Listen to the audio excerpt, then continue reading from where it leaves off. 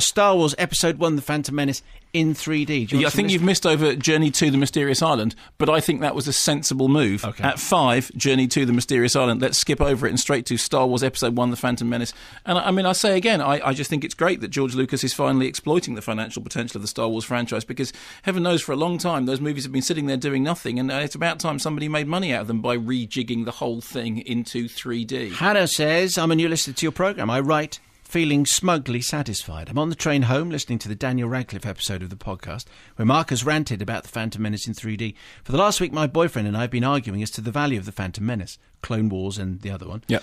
We've watched them again as our young son has just discovered the series. In my mind, the series began with Star Wars, and I'm happy to disregard the previous 3 as nothing more than money-making episode. My boyfriend Dom, however, really likes the first 3. He thinks they explain the backstory and even wants to see the 3D. Hang on, very quickly. They explain the backstory, right? Episode 1, okay, the one that they've just redone in 3D, begins with backstory. There's 3 films of backstory, and episode 1 begins with a pre-title scroll of more backstory that by the time the thing goes da da da da, you're going, what? Where? It says, in the 4th quarter of the Thringy Thrang, when the Hiddly Bong put the tax thing on the Wudget thing, then the Foodle Poodle Masters came from the Fliddly Flang, and lo, the Emperors of Lords Flingdy Flongdy blah. And you're going, what, George? 3 movies backstory, and you're having to write this. Stop, for heaven's sake. Just say, once upon long ago, in a galaxy far, far away, there was an annoying creature with big ears,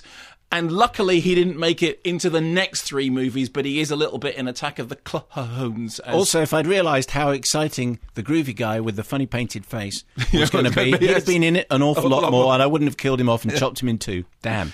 Hetherington Thomas says, which is almost like Basil Fotherington Thomas from the Molesworth series, but not quite. Hello, sky. Hello, trees. Hetherington says, the 3D is awful. The conversion was shot in. I'm beginning to grow tired with the use of it, not just as a tool for filmmakers to use, but as a decision the studio makes to boost profits. Seeing your childhood cannibalised for profit is never that good.